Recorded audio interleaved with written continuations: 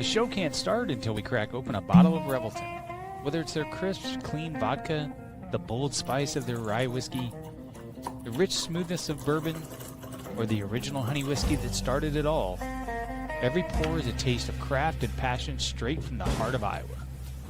So pour yourself a drink, settle in, and get ready to relax, laugh, and enjoy the show.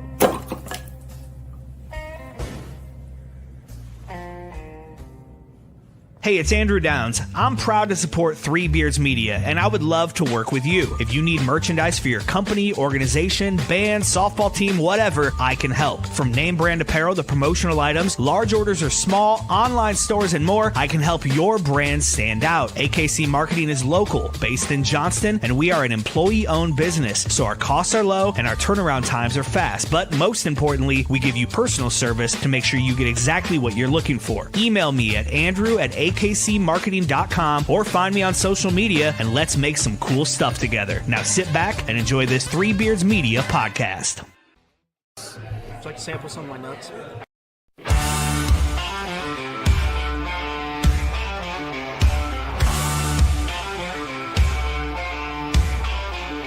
You can lift your weights, you can run your miles, but you ain't got what's been earned through trials. It ain't in the gym, ain't in the youth, it's in busted knuckles and hard-lived truth. Back's been sore since 99, but I still stack wood and I still outgrind. Call me slow, call me old, but I got hands that could bend pure gold. Ain't about muscle, ain't about speed, it's about the fire when the time comes to lead. You can talk real tough, you can flex real wide, but when it's time to dig in, boys, step aside. Old man strength, built to last, years of work, no need for class. Ain't no quit, ain't no doubt, you don't know tough till you've been worn out.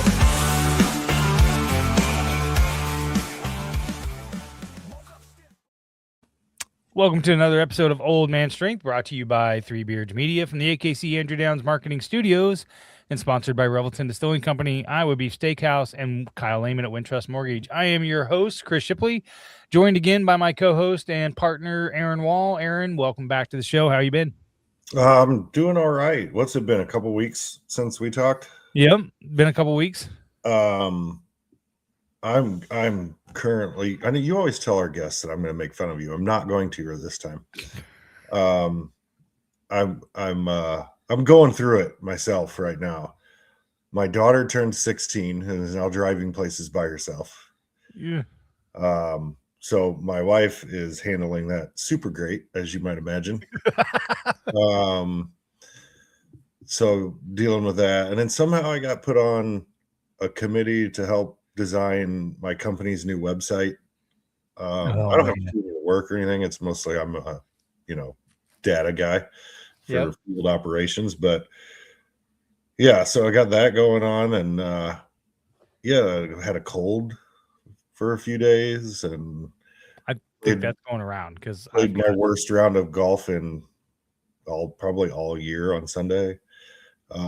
It's been a stellar 2 weeks. we seem to be quite parallel. I've got a cold and I feel like crap for the last few days. I too am being tasked with building a new corporate website. Well, hey, congratulations. My job is actually going to be in charge of a whole new rebrand and rebuild of a corporate website and all the property websites as we move to a new property management software. So but I did not get to play golf, so fuck you. It's too cold here. So I mean, it was 44 degrees when I played golf. I have a rule that if I have to dress warmer to go deer hunting than I do to go golf, I'm not going golfing. Well, So that's a little cold. You're soft. And there it is, ladies and gentlemen. Knew I could bait him right into making fun I'm of not me. making fun of you. That's just facts. It's just facts. That's right. Well, I am super excited to have the guest on that we have tonight. This person is not soft, I can tell you that. She's probably the toughest lady that I've met in a very long time. I met her at the mid-beginning of this latest health journey that I got on when I joined Farrell's FXB on the south side of Des Moines. She was the head trainer there. I instantly was immediately afraid of her because I thought I'm not sure what I got myself into. Turns out she's an amazing woman, a great mother, a successful businesswoman, a bodybuilder, and cancer survivor. My very dear friend, Barbie Van Wyck. Barbie, thank you for coming on. Thank you. You're welcome. How are You you? made me cry. I'm good. That's the whole point. We just when you start crying, then we end the show. So you gotta hold on. Okay, good. Shortest episode ever. Yeah. I always wonder what people think of me when they meet me at the gym, especially. So, Uh, you never know what your perspective is. my first impression was this gorgeous young woman is gonna kick my ass, and I'm instantly afraid. That was if I'm being brutally honest. That's what I was. Excited, right? Yeah, no, that's what I meant. Yeah, I was excited. Yeah. It was hard to tell at 5 a.m. every morning, I can tell you that. So That is true. That is true. and then you left. Yeah. Well, Yeah, we went back and forth. yeah.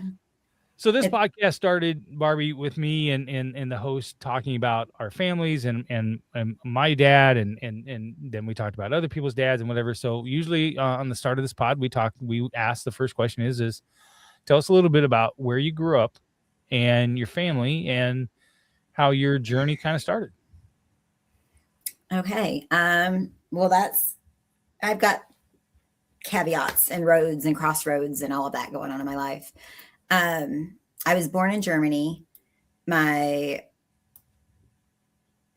dad is military. He's passed now. And we ended up in New Jersey for a little bit. And then I spent most of my life in Georgia, South Georgia, middle of nowhere. I've met like 4 people that know where Douglas, Georgia is, outside of people that live there. And I lived there through high school. And then my mom connected with a childhood friend from Germany when I was in high school. And she moved up here and then just pestered me nonstop. Like, come up here, come up here. And eventually I did.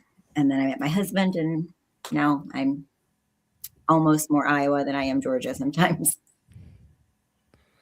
So let's talk a little bit about your time in Georgia, because I know you're a big Georgia Bulldogs fan. You're constantly posting. You make trips down there to go see Georgia.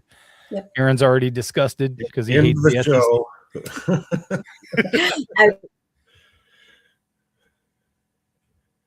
Oh, you muted out. I missed it. She muted herself just for us.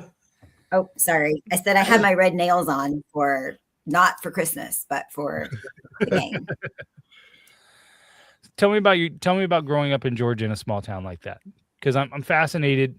I told you that when I introduced you, I think you're one of the toughest women I've ever met.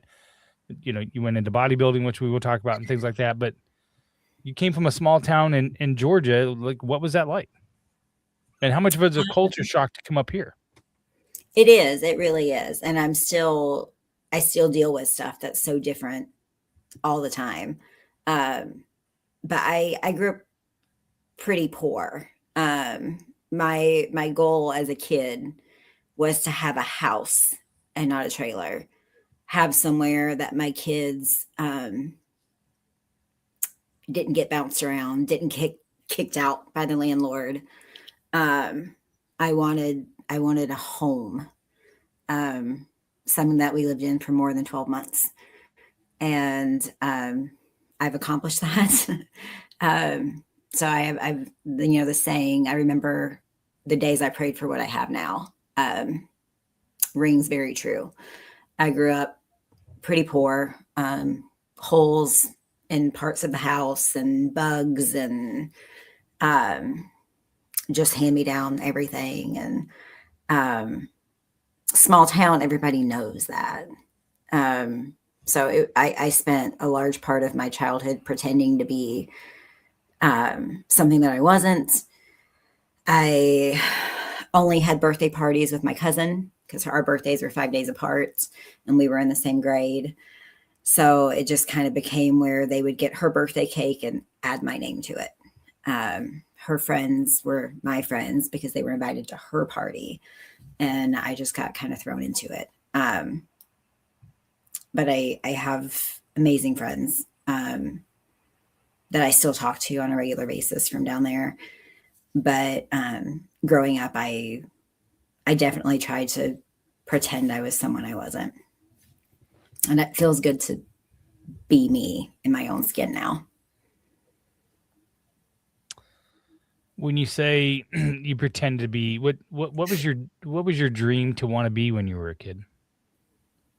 Like everybody grows up and goes, I want to do this. I want to be, and I know you said you wanted to have a home, but Yeah. surely you had a dream of what you wanted to be. Like I mean, I knew, I mean, I wanted to be a football player at one point, but as I grew older, I knew the one thing that I always wanted to be was a husband and a dad. That was my goal. I'm going to try not to like make this sound like a bash to my mother, because I love my mother.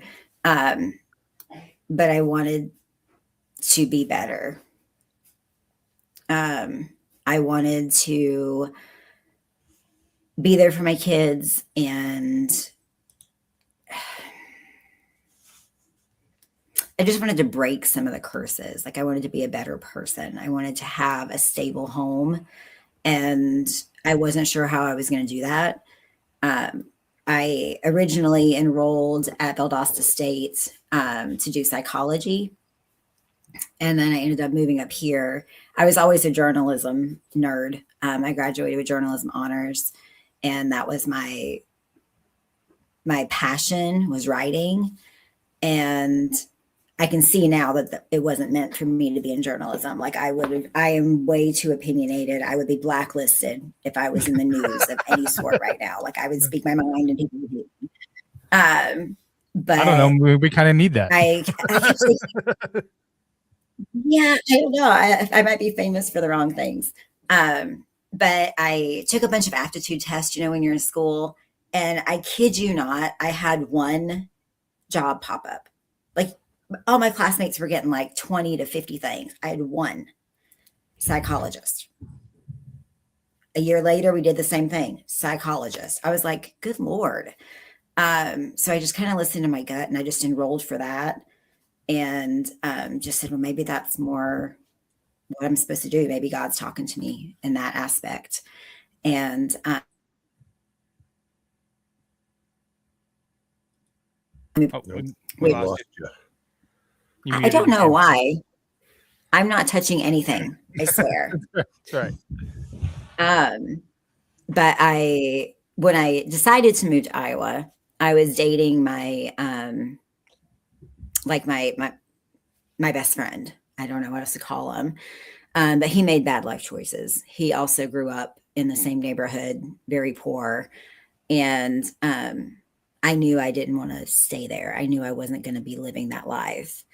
And I prayed on it. And I kid you not, I was getting ready to turn 18.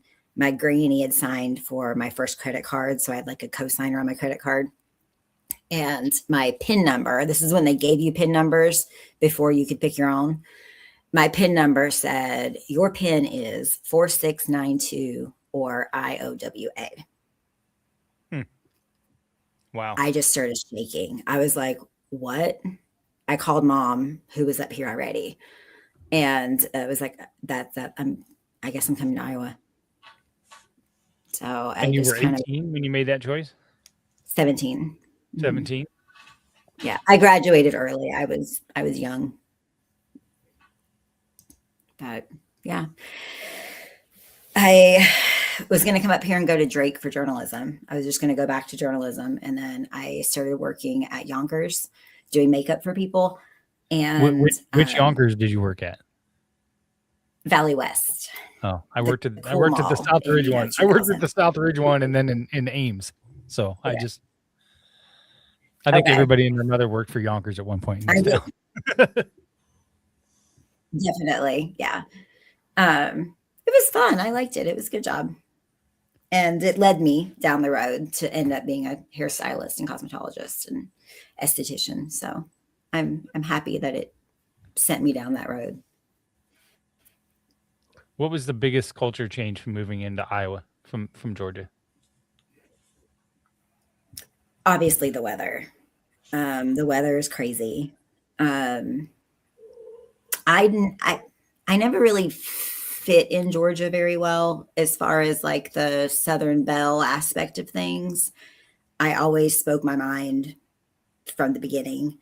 And that doesn't go well with a lot of like the Southern etiquette. But then up here, it's even worse. Like people are way more passive aggressive up here than they are in the South. Just generally speaking, of course. But that is definitely different. I'm like, the way that people disagree with stuff is very different. And then food is weird. I worked at food is very different. The only thing you guys do really well is pizza. Everything else, y'all don't know how to cook. But y'all nail pizza. But I worked at Fridays and I had the hardest time because they'd be like, yeah, I'd be like, okay, what kind of Coke do you want? And they're like, you don't have Pepsi here? And I was like, yes, we have Pepsi. Like, what kind of, because everything is Coke. Like Right. Mountain Dew is Coke, Sprite is Coke. What kind of Coke do you want? And it took me the hardest time to like break that when I lived up here because what kind of Coke? Sweet tea, can't find it. Yeah, I don't know. Probably the weather and then the food. So Definitely you come up here, you make a choice to go to cosmetology, and that's where you start with that kind of a journey. Were you living with your mom at the time? Off and on. When I came up here, I dated a guy for like 4 years. And we lived together for a while of it. And then I lived with my mom for a part. Okay. But I'm going to circle back to this on-running discussion of what constitutes a small town. Because I looked it up because I wasn't sure, but I've heard of Douglas, Georgia. Never been there. But it's 50,000 people, Chris. What's that? It's 50,000 people. it is now. It may not have been that large at that time. No. When I lived there, there was a Burger King and a McDonald's and a Dairy Queen. That was it. Like we got the Burger King probably when I was in middle school or like a freshman. Yeah. Like we didn't even get like when we got a Walmart Supercenter, it was like a huge freaking deal. We drove like half an hour to like Waycross or Valdosta to like go shopping. Yeah, it's a lot bigger now. And I always bring this up when people say small town, and I say it because of my wife. When we've talked about that before, she says she's from a small town in Texas. It's Texarkana. Yeah, it's not small. I grew up in a town of 1,200, 1,500 people. That's a small town. But the vibe is part of what makes a small town. So that's kind of what we settled on when we talked about this last. Yes. So like to qualify as a small town, like everybody kind of knows everybody and knows what's going on and all of that. So I'm just like circling back to that is that kind of the vibe of that town is like everybody's lived there forever. And so everybody does know everybody. And I'm not seeing 55,000 either. Well, I looked it up. 50. As of 2020 census, the city had a population of 11,722. What town was it? Douglas, right? Yeah. Yeah. Douglas is a city of Coffee County, Georgia. As of 2020 census, the city had a population of 11,722. Sorry, I was looking at the metropolitan is 50,000. So there must be some other towns that are fairly close that make up the rest. Yeah. Like the high school was the whole county. Right. So the whole county is pretty big. And then there's a lot of little areas in that all go to the school. Like I specifically, like my area was West Green. And West Green, I just looked it up. I can't even find a stats on it. I'll allow it. Small town. 11,000. Shout out West Green. Probably less than that back in the day. Yeah. So, all right. I'll allow it. Yeah. We had two main streets. Like one went one way, one went the other, and all the little stuff was in the middle. Most of them were like mom and pop places. A lot of them are still standing. They have, a few more restaurants now. They're still closed Sunday, Monday, and some of them are only open Thursday, Friday, Saturday, and that's it. Every time I go home, I'm like, you can't even get an Airbnb, like there's nothing available. Yeah. And like to get a hotel, you have like one option that's not just run down. So I'm like, ugh. And I got a family of 5. I'm not cramming everybody into my mom's one spare room. It's not going to happen. Yeah. But, You get that size of family, you need your own space. That's Yeah. when you go somewhere. I don't do hotels either. It's got to be an Airbnb or I'm not going. We had a family of 5. I had to sleep in the basement at my grandma and grandpa's house. It was yeah, they don't have basements down there. on an old army cot. That's what I got to sleep on. They don't have that down there. This is the swamp country. Yeah, no. I'm always fascinated when I talk to people and I hear these stories about the courage to be able to just move to a completely different place on your own and start fresh. I always find just fascinating and admirable. Like, and we've kind of skirted around or whatever, but I like what compels that, like to overcome that. It had to be scary to want to come up here and not, even though your mom was here and you had at least some connection up here, right? Like, Yeah. To move that far away from everything that you've known is a big deal. It's kind of scary. Probably a little bit of ignorance. I really was just like, well, if I don't like it, I can leave again. Yeah. I knew I needed to leave that town. Like nothing against it. I love going back to visit. But I knew it wasn't for me forever. And I needed to get away from how I grew up and the environments and the choices those people made. Mm-hmm. The lack of drive. Like there's I don't want to sound bad when I say this. There's beauty in the simplicity. Like when they just take life, way easier and they don't need this, they don't need that. There's beauty in that. That wasn't me though. Like I wanted more. I wanted out. I don't think there's anything wrong with that at all. And I really,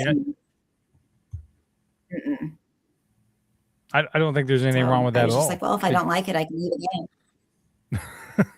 So start your career here, cutting hair. You meet your husband. How does that work? Where'd you meet your husband at? Do you remember the Loft on 8th Street? Yes. Yep. You could find me there working, dancing on the bar, slinging drinks 4 or 5 nights a week. And he was a security guard. So, I could see that. Seeing him and seeing how big and tall he is. I could see that. Yeah.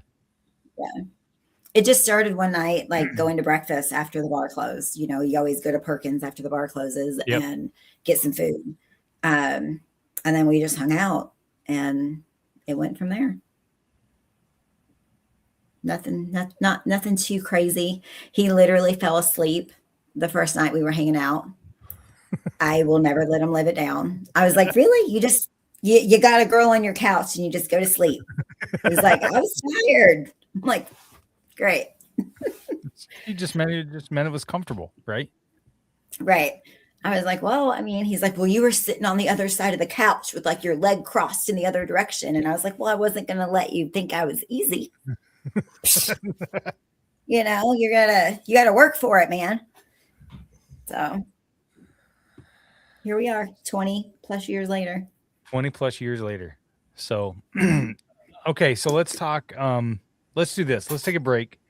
Let's come back. Let's talk about you becoming a bodybuilder. What inspired that? Because I'm always fascinated with people that decide that this is, the lifestyle that they want to live. I, full disclosure, could never do it.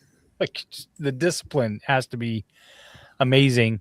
And then I want to talk about your diagnosis and things like that. So let's get a word from two of our sponsors, Revelton Distilling Company and Iowa Beef Steakhouse, and we'll be right back with my friend Barbie Fenwick. Making great tasting bourbon requires the perfect combination of ingredients, conditions, and time. The longer it rests, the better it tastes. Revelton Distillery's new single barrel bourbon is made from 80% corn, sourced 100% from Iowa farmers.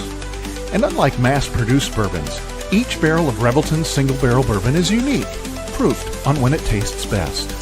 As they like to say, it'll be ready when it's ready. And to ensure the highest standards of quality and flavor, owners Rob and Christy Taylor oversee the production and bottling. Every single barrel. Iowa born, Iowa aged, Iowa bottled. Try the new single barrel bourbon from Iowa's own Revelton Distillery. ReveltonDistillery.com.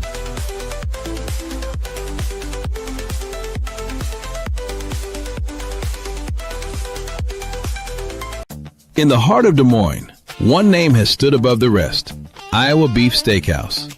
Step inside, and you enter a place where tradition still matters, where the atmosphere feels familiar, warm, and unmistakably Iowa. Service isn't rushed. It's personal, attentive, and rooted in genuine care. And before the main event, the freshest start in the city, our signature salad bar, crafted every single day. Then comes the reason people have returned for generations: Iowa beef, hand-seasoned with pride. Guided by flame, forged by heat. This is where flavor becomes legend. Served with the same care it was crafted with, a meal meant to be remembered. And whether the night calls for bold, smooth, or something in between, our bar offers a selection as rich as our history, including the old-fashioned we've become known for: balanced, timeless, unforgettable. And long after the fire cools, the glow of this place stays with you. Iowa Beef Steakhouse, 1201 East Euclid Avenue, Des Moines, Iowa, where Iowa comes for steak, done right. All right, and we're back. Big shout out to our sponsors, Revelton Distilling Company and Iowa Beef Steakhouse. Couldn't do this type of stuff without them, so we really appreciate it. Aaron, what's with the goofy grin? You're gonna say something about me drinking in that ad. I have not noticed the little eyebrow raise at the end of that. That was my signal of, hey, that's a pretty good drink. Yeah, no, I got it. Thanks. But I just thought it was funny. Kind of hit my funny bone. I couldn't get anybody else on camera. I was like, well, I'll do it then. I'll just do it. I'll just put myself out there, make myself look like an idiot. So Barbie, I assume maybe I've got the timeline wrong here, but you're married and then you start your fitness journey. Is that right? Was this after you met your husband and got married? Yeah. So it was after I had all 3 kids. Okay, so that's what I was going to ask. So here's my first question. Aaron, she's I'll bring up a photo here, but she was a competitive bodybuilder. Maybe still is. I don't mean to say you're not. I just know that you're not active right now, right? So what spurs that? Like you're a mom, you've got 3 kids, you're busy, you're working. What spurs that decision? Honestly, well, you worked with them too. They're called Ekin now. Yep. They used to be called Max Muscle of Des Moines.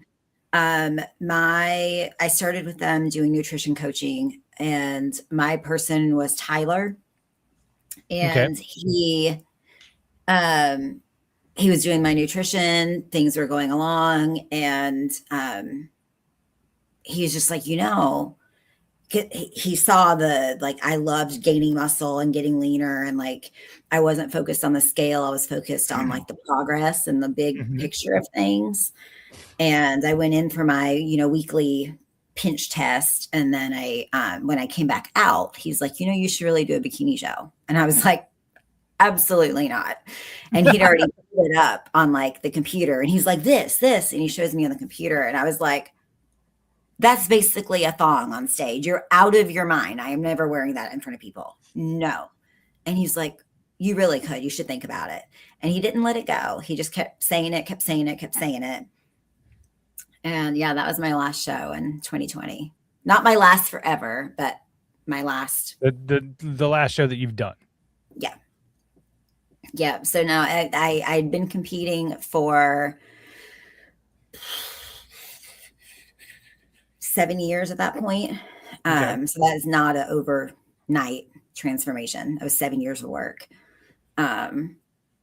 But I kind of dismissed them, ignored it. I'm a big believer in like signs and guidance and things like that. And my best friend and I were hanging out at her house, just having a girls' day. And she's like, she was tiptoeing in powerlifting and things like that.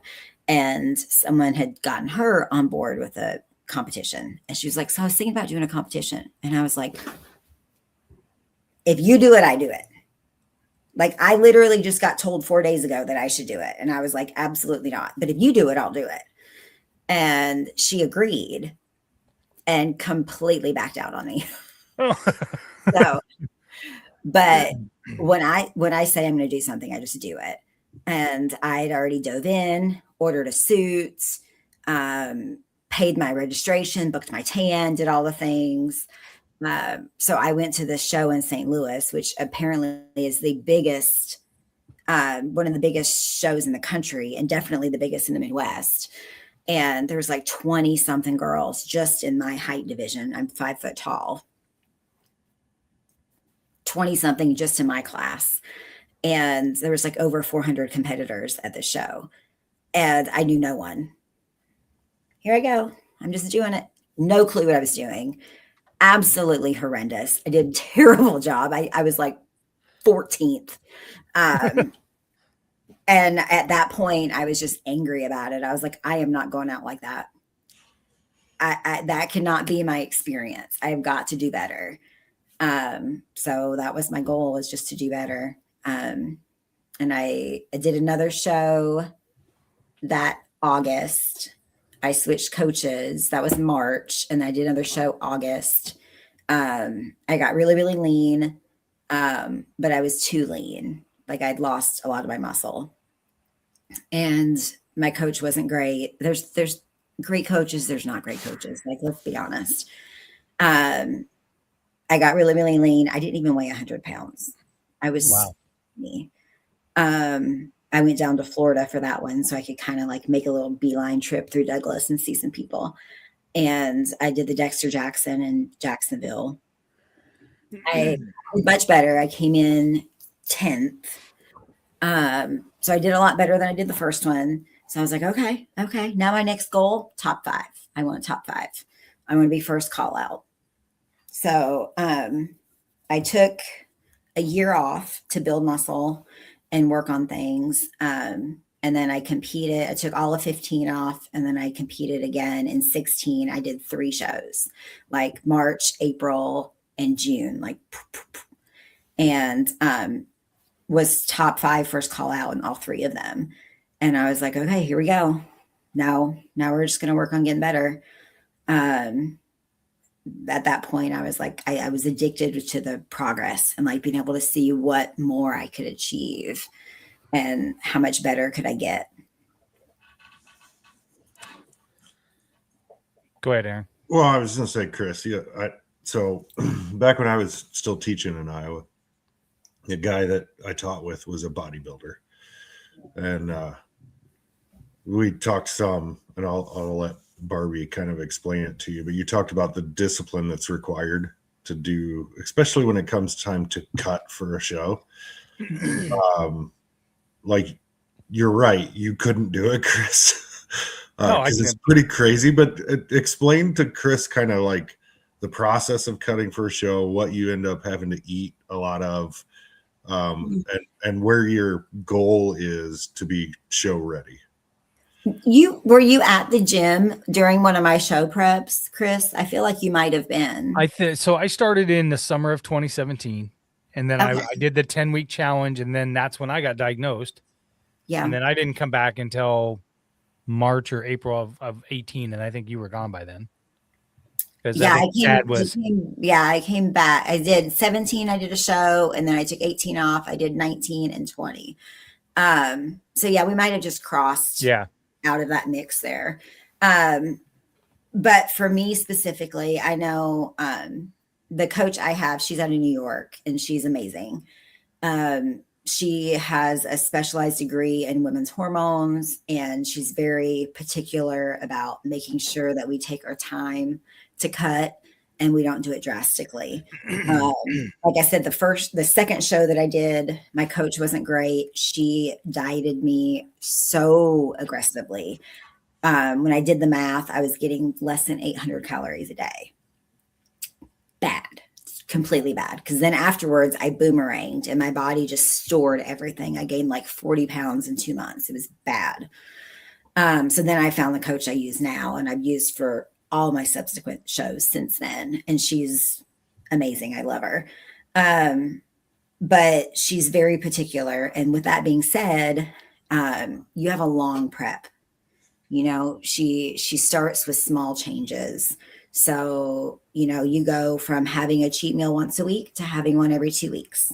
And then she takes that away and you don't get one at all. And then she'll add a little bit of cardio and maybe cut down your carbs just a smidge, or cut your fat, or raise your fat, lower your carbs. Like, she changes it every single week, depending on how your body's responding. And I mean, it's typical. It's all whole foods. You're not eating anything processed. If it's a whole food, I can still probably have it. I can have cream of rice. I can have oatmeal. I can have rice. I can have sweet potatoes. I can have a white potato if I want. But I'm not getting a chunk of butter on it. You know, you don't get that.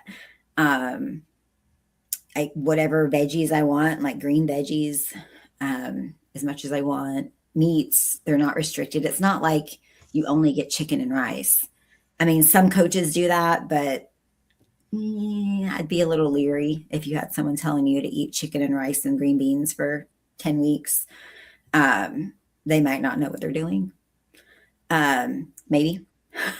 But my coach, my body responded best if I had red meat. So the plans that I love the most, I had 2 red meats a day. So I'd have a burger for lunch, sensible afternoon snack, and then like a steak for dinner. Or sometimes I would just make a double and have like a big steak for dinner and have both of my portions of red meat at once. My body just really responded to the healthy natural fat and the iron and things that come with the red meat. But that's key to having a really good coach, to make sure that they're listening to your body and seeing how things change every week. But yeah, there's no naughty food. There's no beverages on the weekends. It's just water, a lot of water. And then the last month is like torture. The last month is rough. But by that point, you're already in. You know, you're like, I'm 8 to 10 weeks already in. I've got, 3 or 4 weeks left, and the suck is on. But you're so close that you just ride that wave and you just keep going.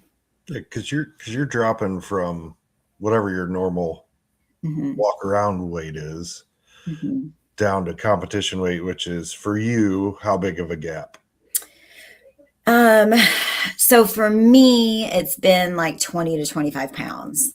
My coach has always wanted women to stay within 10 to 15. But I hit that 20-pound mark pretty quickly. But then I can adjust and accommodate. But every competition, my stage weight has been higher than the last one because I'm gaining muscle. So in my head, I've been telling myself each competition, I should weigh the same or a little bit more than the last one, but be better conditioned, because that means I'll have less fat and more muscle. So that's kind of, my first competition, I was like 112. And then my second one was the really bad one. I was like maybe 98. And then my next one, I was back to 112, but a completely different body than the first time that I was at 112, like night and day difference. And then I progressively got up to like 117 or 18 on stage. And I remember sitting backstage with a couple of the girls in my height class and being like, can I ask you what you weigh? And they're like, oh, I'm like 102, 104, 105. And I was like, I've got over 10 pounds more muscle than these chicks. Am I supposed to be in bikini anymore? And the judges agreed. They were like, nope, you should be in figure. Like, you need to go up a class now. You've outclassed than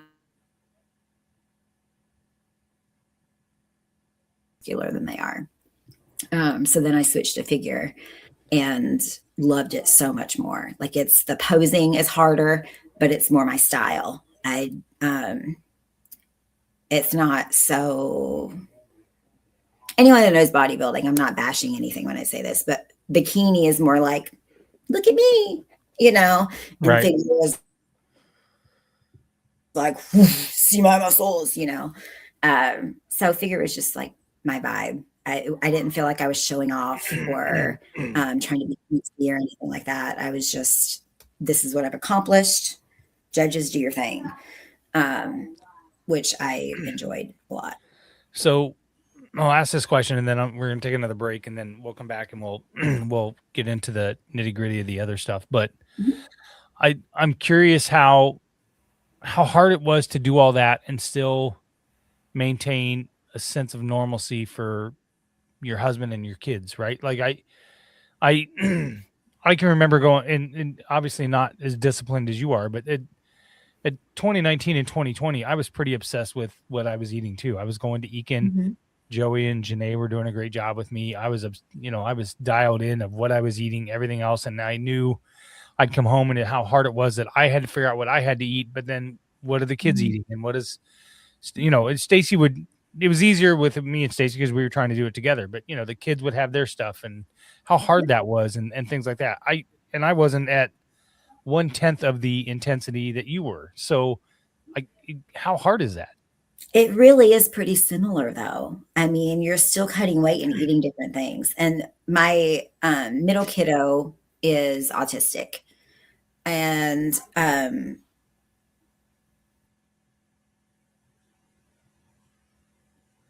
we're always making something different. Like, the kids, that we still make different food. Like, my husband and I have this food, and the kids, like, what do they want for dinner? And that's just kind of become a normal for us, even now after all these years.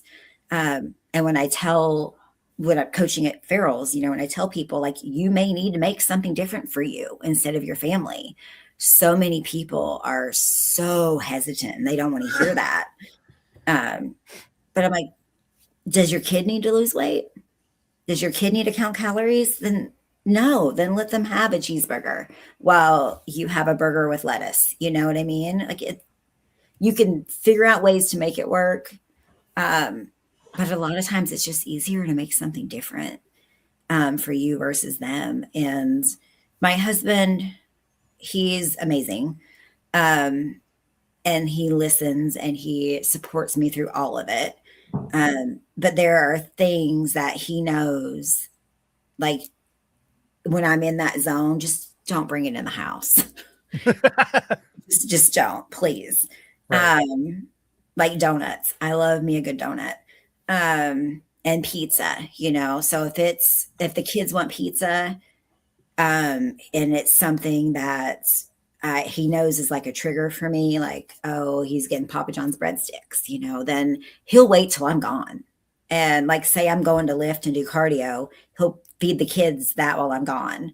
And then when I come home, it's all gone. And the same thing with donut snob. Like, I'm a donut connoisseur.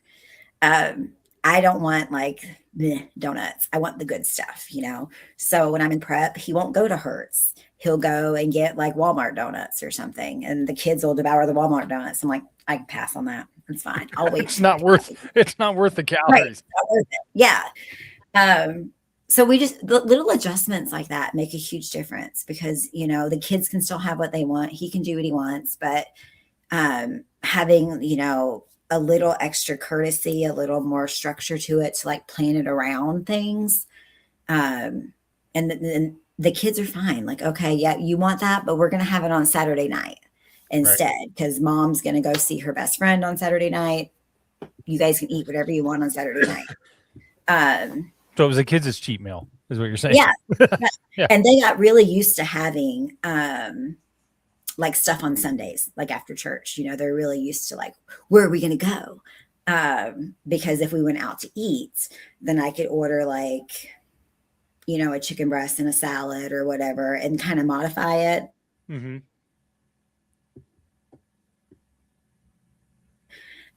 But then they could order what they wanted. A way to make it work. I don't know. You just do. Yeah.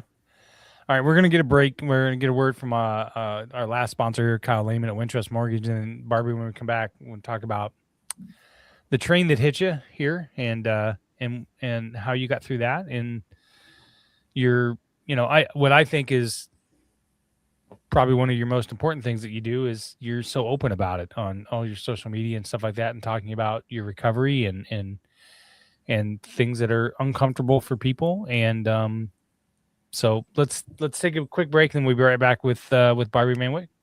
Whether you're buying, selling, or refinancing your home, or if it's simply time to renovate the one you're already living in, you need an experienced mortgage professional to help you analyze your financing options and to make sure the closing goes smoothly. And that's exactly what you get when you call Kyle Lehman at Wintrust Mortgage. Kyle's experience and expertise, coupled with Wintrust's rates and programs, ensures you'll get the mortgage that's right for you. You may even qualify for down payment assistance. Before you reach out to a realtor, call Kyle and get pre-qualified, empowering you to start shopping for the home of your dreams. Call Kyle at 515-473-0546. Kyle Lehman, Wintrust Mortgage, 515-473-0546. All right, and we're back. Barbie, 2017, I had just finished Farrell's. I was 2 weeks outside of my 10-week finish, and woke up one morning and passed out, and twice got taken to the hospital where they found stage 2 esophageal cancer. So that's my what I call the discovery story. Tell us how yours was discovered and what happened. Mine took a little longer. So mine started the weekend that the world shut down of COVID. March of 2020, the kids, like literally before we knew how bad it was, like kids are going to miss school for 2 weeks. They're extending spring break. That's all we knew at this point. I took the kids to Target on Saturday to get arts and crafts because I was like, well, I got to keep these kids busy for 2 weeks now instead of one. So let's get some paint and canvases or whatever. So we're walking around Target, and I'd lifted that morning, and it was chest day. But I was helping a friend lift, so I wasn't doing as much. But I remember pushing the cart, and I almost said buggy. Push the cart. And I remember my like arm bumping my breast and it like hurting.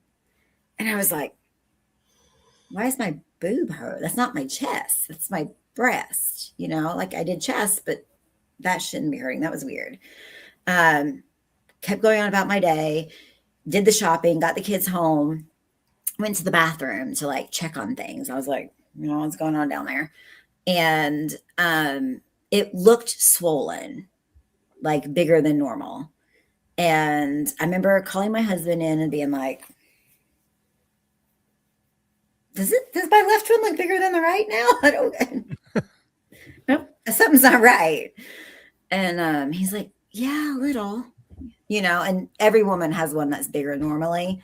And my right one was normally my bigger one. So I was like, Aaron's over here shaking his head emphatically, like like he's an expert on women's breasts. Through a lot of classes. I know a lot of that. He's like, I know all about it. Your daughter and stuff like that too, you know. So it's like, that's normal. Yeah. So to have the smaller one look bigger than the bigger one was like not okay. And I called my mom and I was like, I don't know what's going on. And she's like, well, why don't you put like a hot compress on it and see if that like brings it down? Okay. So we're doing a movie night with the kids. We're all laying in the living room watching movies, and I just put like a heating pad on. And it's time to tuck the kids in. We're tucking them in. I go to the bathroom to check on things again. It is now huge, like huge, huge. Massive, like balloon pumped up big. And like I could press, it was beet red. I could press on it and like brownish green pus came out of my nipple. And I was like, what is going on? At this point, I'm like, I don't want to go to the hospital because I'm picturing like, how bad is COVID? We don't know. Like I'm picturing like ET hazmat suits and everything at the hospital. I'm like, I don't want to go there, but it's Saturday night. Can this wait till Monday? I don't know. And my husband was like, no, you need to go. Like, so I took the kids in, I drove myself to the ER. It was dead. Like nobody was there. I'm like, I was on what the hell people were worried about with this COVID shit. This looks fine.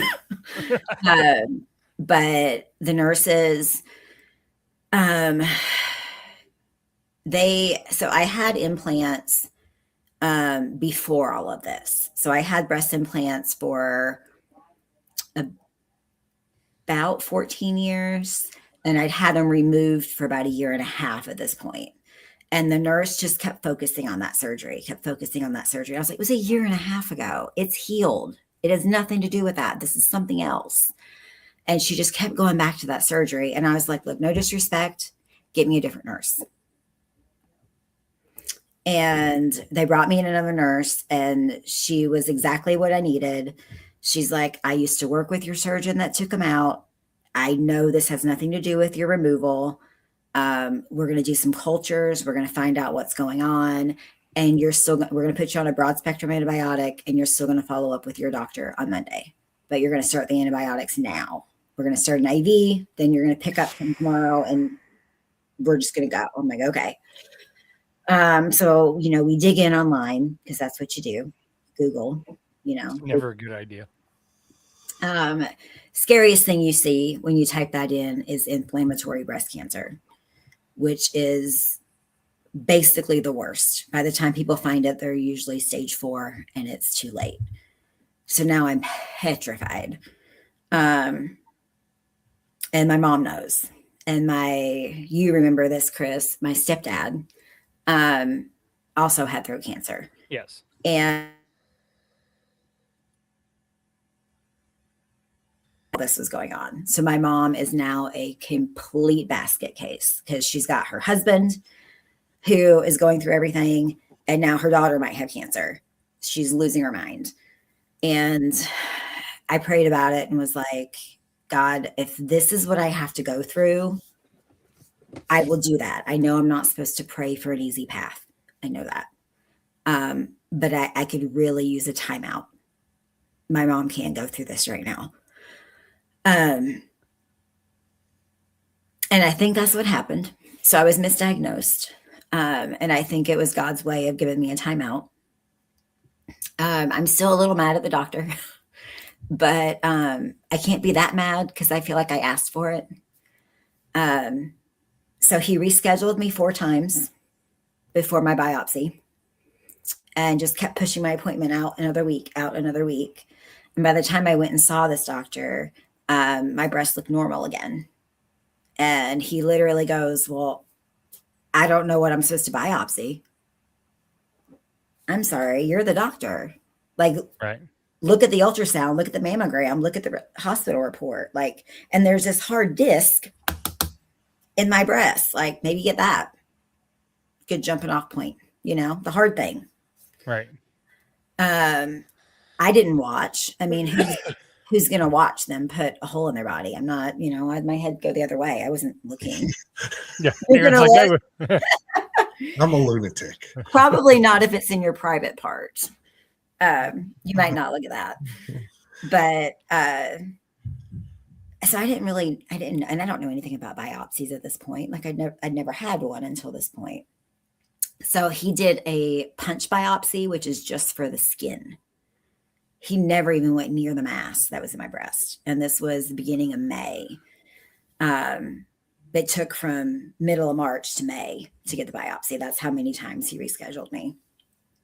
So the results come back. I'm fine. He says, oh, you're fine. I went on about my whole life for months and months. And I'm prepping for the show that you showed the picture of.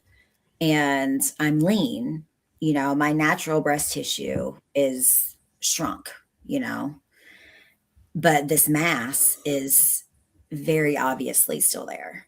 At this point, as lean as I was, you could see it from across the room. If I wore just like a tank top or something, I could sit there and like if I moved my arm, my pec muscle would pop it out and you would see it from like sticking out of my shirt. It was so big. And I went back to my doctor, my primary, and I was like, I just don't feel like this is right. I was like, I don't. And she goes, no, it's not. First, she pet my abs because she's funny like that. She's like, oh my God, look at your muscles. And then she's like, but no, we do need to get another scan on this. And I was like, okay. So she sent me to shout out to Dr. Pricer. She is now at Grace Breast Imaging in Clive. If anyone needs an amazing staff, go there. She was at Methodist and my doctor sent me to her. She's the radiologist. So anyone who's ever had an ultrasound or anything, usually just see the tech. You don't see anybody else. Dr. Pricer came back in and rescanned me. And she's like, I don't like this. It's not jumping out, screaming at me cancer, but it doesn't look right. She's like, we're going to biopsy this tomorrow morning. I have an opening, come back. And I was like, okay. And she did not stop until we got answers. She did what needed to be done. And she called me personally on the day of my diagnosis to give me the news. It took about 3 weeks. They had to take the sample and send it to Iowa City. She said the pathologist in Des Moines didn't know what it was. So she sent it to Iowa City to get final testing. And it came back by a miracle, still at stage 0. Wow. After all those months. I had 2 masses, they'd multiplied, but they were still contained inside the milk duct. So that's how it stayed at stage 0. But she called me herself that day, gave me all the news. She was amazing. And then I ended up seeing a different doctor for my mastectomy. And this was literally like the week after my competition. I went for my appointment with Dr. Pricer. And then 2 weeks later, so 3 total, I got my diagnosis on December 1st. And yesterday was my cancerversary of my mastectomy of 5 years. But my doctor who did my mastectomy was great. And he actually worked with the first doctor who did the biopsy. And I asked him, I was like, how did he miss this? How did he miss this in May? And this doctor like did this like gulp, like deep breath and like looked at the floor. And he's like, well, he did the wrong biopsy,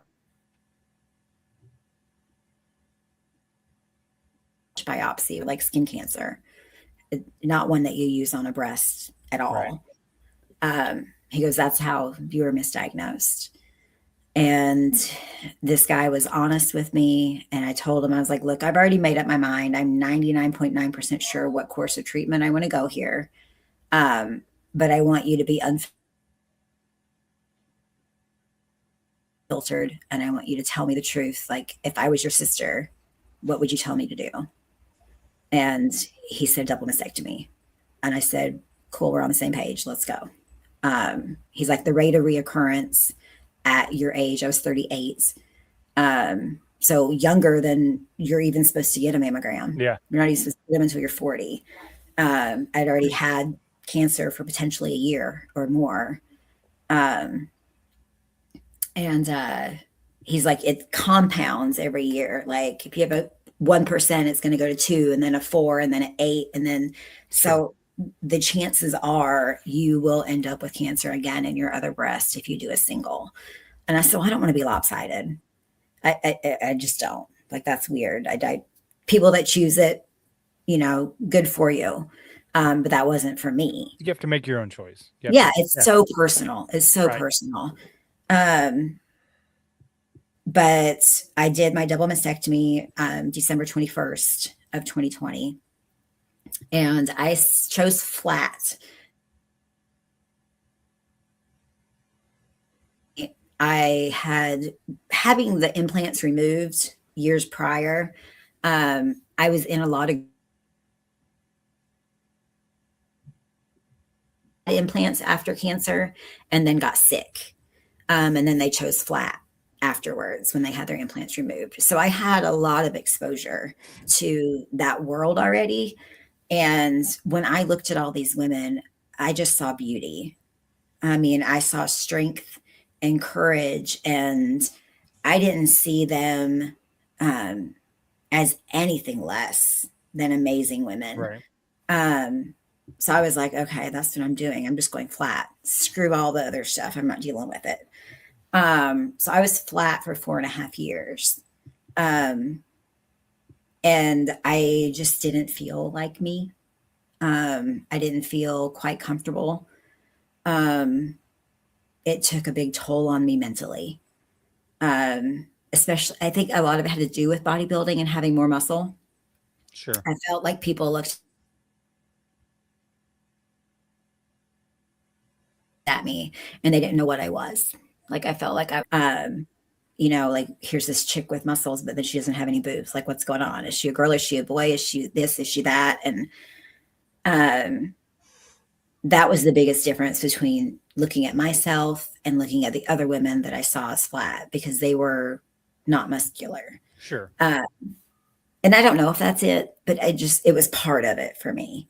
And then I started digging into like a flap reconstruction, because I had gained quite a bit of weight since the cancer, more than what I wanted to weigh.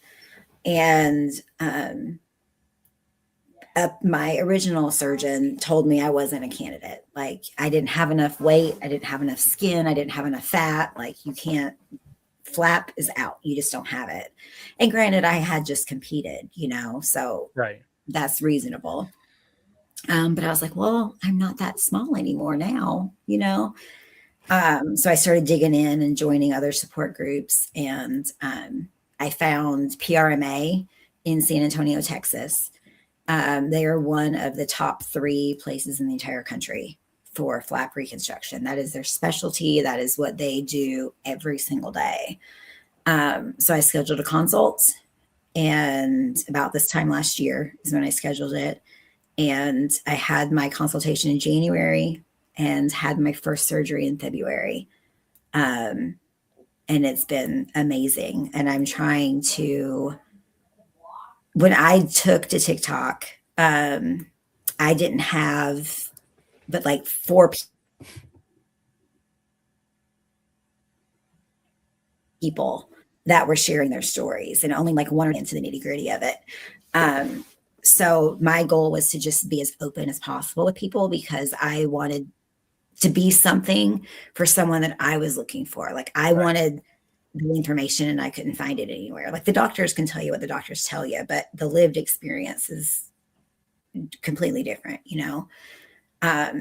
So I just made it a point to just be as open as I can about it. And that's kind of where I'm at. I still get messages every day from people. I totally get it. That's kind of where I ran across your TikTok, and we'd been friends for 8 years now. So, but that started popping up, and I was like, oh, it's weird to say proud of you, but it is something of a pride to watch your friend be so open and know that that's a very personal journey, but you're also doing it because you want to help other people. It's the same thing that I went through. People ask me why I talk about it all the time. I said I talk about it all the time because I don't know who might hear it and might need to hear it. Yep. I always say things like 2017 was the greatest year of my life. because I found out how strong I was and how amazing friends I had and what a wonderful life I had.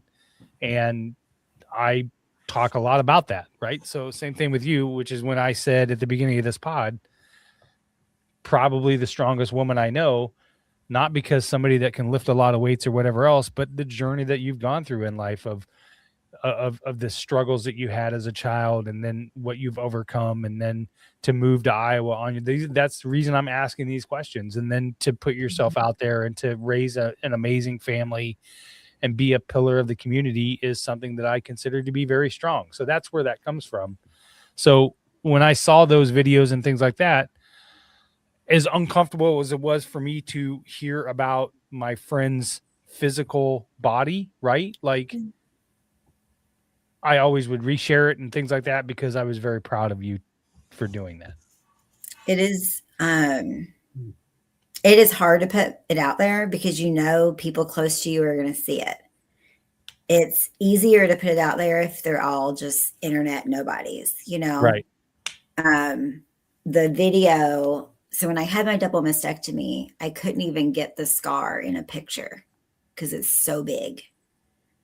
I had to do a video all the way around my body to get, because it's literally from like underneath your arm all the way across to the other side. Like, it's not like this wouldn't show everything.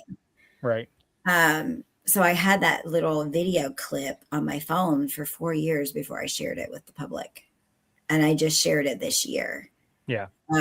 Which I think is a huge part of like my personal healing, because I'm coming into feeling like myself again. I feel like I'm finally healing from everything with the reconstruction that I've done, that I can share that video and not be ashamed of it anymore. But with that being said, I do not regret being flat at all, not for a single moment. I'm so glad that I was. I have a unique perspective that most women don't get to have. They either are flat or they do reconstruction. Like, most women haven't lived through flat for a while, and then get to experience reconstruction. And like, the appreciation that I have for it is just next level. A lot of women will be like, oh, I was flat for 6 months. I'm like, no, you had a skin sparing mastectomy. So you had like skin hanging. It's still different. You had again, everything is so personal. Each person's experience is so different. But the scars don't bother me. Like, nothing bothers me about it. Like, I am so comfortable now that it does not bother me at all. Like, I'm still covered in scars and everything. And so many women in the support groups will be, upset about the scars. And they're like, well, what am I going to do? And I need to get rid of them. And can I cover them? And this and that. And yes, I have tattoos, but they don't cover my scars. They intentionally do not cover my scars because I am not ashamed of them at all. My tattoo was reclaiming my chest. It was me choosing something that was happening to it instead of it being chosen for me. I sat there for 9 hours straight for that tattoo, and I didn't even take a break. I was like, I'm good. And the tattoo artist is like, well, I need a break. Right. Yet again, as I said, the strongest woman I know. But it was like it helped me reclaim, a part of my body that I felt like was taken from me, and that I had to, was taken from me. But I didn't have a choice in it. Like, cancer made that choice, Sure. So I don't cover my scars. I just don't care. I don't know how to explain it. I think a lot of that. Yeah. I think a lot of that comes from a different level of appreciation because I've been through so many stages. I joke that I have the most expensive chest out of anybody I know because so much crap has happened to it. I get it though. I mean, I don't shy away from my scars. They're a battle scar. They show the battle that I had, and I can look at it and go, you didn't win. So I'm still kicking. Aaron, you got anything else before we move on to the STFU segment, and then we'll get wrapped up here. So, I don't mean we're not doing necessarily a Wintrust mortgage question, but I have to circle back to this wild allegation of terrible food in Iowa, but the pizza is great. The pizza's great. All right. So when you moved, Mhm. what was the worst thing you had when you moved to Iowa that you didn't know existed? Like it was something completely foreign to you. What's the worst thing you had? I wouldn't say that it's necessarily like it's the worst thing I've ever had. It's just some things people think are great that I'm like, meh, it's all right. It's taken me a long time to appreciate the variety of corn. When I first moved up here, I didn't have like the taste buds for it, I guess. I was just like, it's corn. But now I can definitely tell the difference. I know the difference between the corns. But one of my favorites is probably handballs. I love handballs. Those are fantastic. Never had those anywhere but here. go to Burkwood Farms, get your Okay. get handballs from Burkwood Farms. Shout out to Jake Morse. I will make that note. Okay. But yeah, I mean, it's just kind of like, just kind of standard. I don't know, like nothing crazy. Like I'm used to lots of seasoning on this. Like I'm down south. Like we got Cajun in our neck of the woods in the swamp. Like lots of flavor, lots of this, lots of that. It's very, very different. Bland is what you would say. Palate, yeah, a little bit. Well, I was thinking maybe she'd gotten into like some German community stuff, and Well, I'm German. Braunschweiger or Yeah, I'm German. pickle So pairing and all of that. That's yeah, no, I kind of don't. terrible. So my mom, like I was born in Germany.